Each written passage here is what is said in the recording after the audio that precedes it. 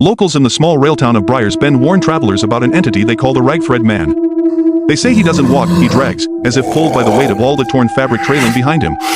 Back in 1979, two teenage brothers were biking home after dark along the abandoned rail line. They noticed something dangling from the branches overhead, long strips of cloth, knotted together like makeshift ropes. Thinking it was just a prank, they kept riding until a raspy whisper came from the bush, "Don't tear my threads." The brothers froze. A figure crawled out from beneath the tracks, tall, but hunched, with dozens of fabric strips wrapped around its limbs like veins. The face was exposed, pale, streaked with dirt, and the eyes were wide in a way no living person should be. They dropped their bikes and ran. When police arrived, they found the bikes, the cloth ropes, and deep drag marks leading into the woods.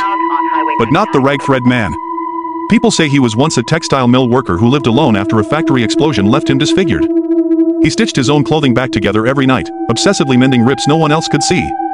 When the mill closed, he vanished. Some say he moved into the tunnels beneath the rail line, sewing scraps into the darkness until his mind unraveled.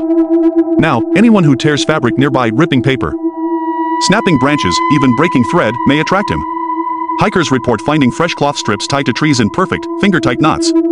Commuters driving past the rail crossing sometimes spot a lanky figure crouched on the gravel, weaving something frantically. Once, a woman's car stalled on the tracks. When help arrived, her windows were covered in long, thin scratches, like someone tried to sew the car shut. The rule: if you hear the whisper, "Don't tear my threads," do not turn around. Do not touch any fabric. Just walk away slowly, because if the Rag Thread Man thinks you're damaging the threads that hold his world together, he'll want to take something of yours to replace it.